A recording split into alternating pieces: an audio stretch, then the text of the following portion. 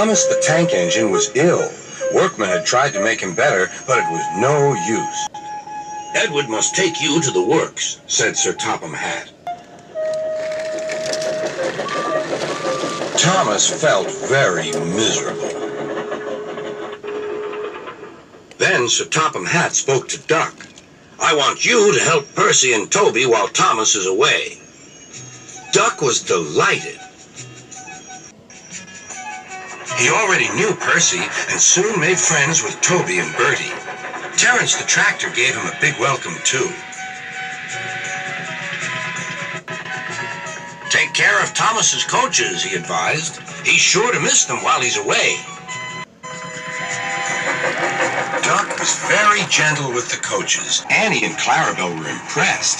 "Such nice manners," they told each other. "It really is a pleasure to go out with him."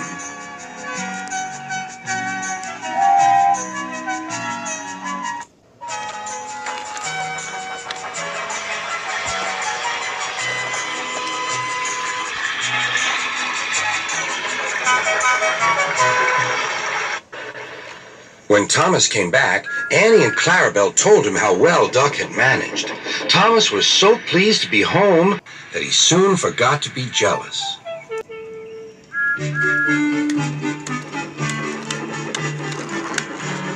The works had left Thomas's handbrake very stiff. It made his brakes seem as if they were on, when in fact they were not.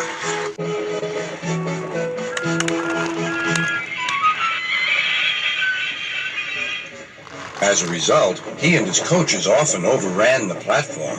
Thomas found this most embarrassing. Gradually, his driver and fireman learned to be extra careful.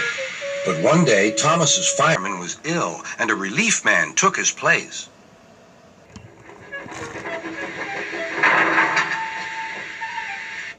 The fireman had fastened the coupling and joined the driver and station master on the platform to wait for Henry's passengers.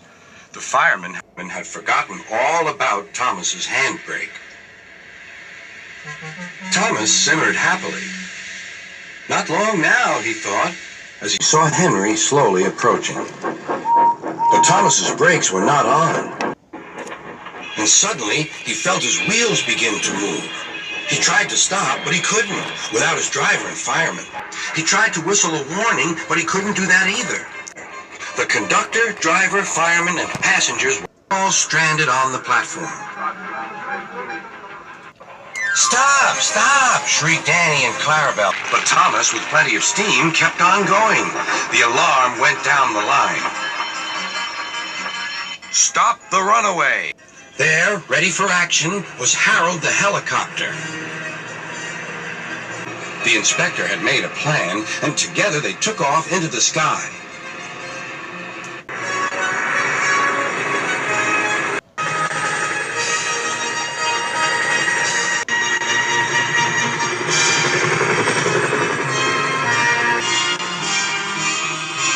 At last, Thomas was tiring. "I need to stop! I need to stop!" he panted wearily. As they neared the next station, Thomas saw Harold land.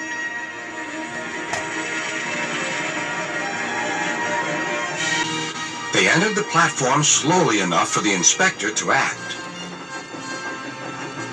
Judging his moment, the inspector scrambled into the cab and screwed the brakes on.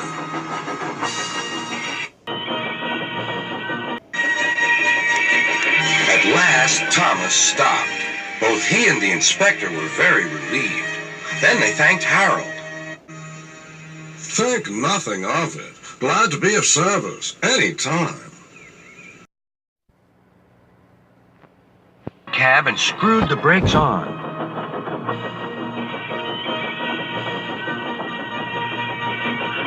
"Glad to be of service, any time."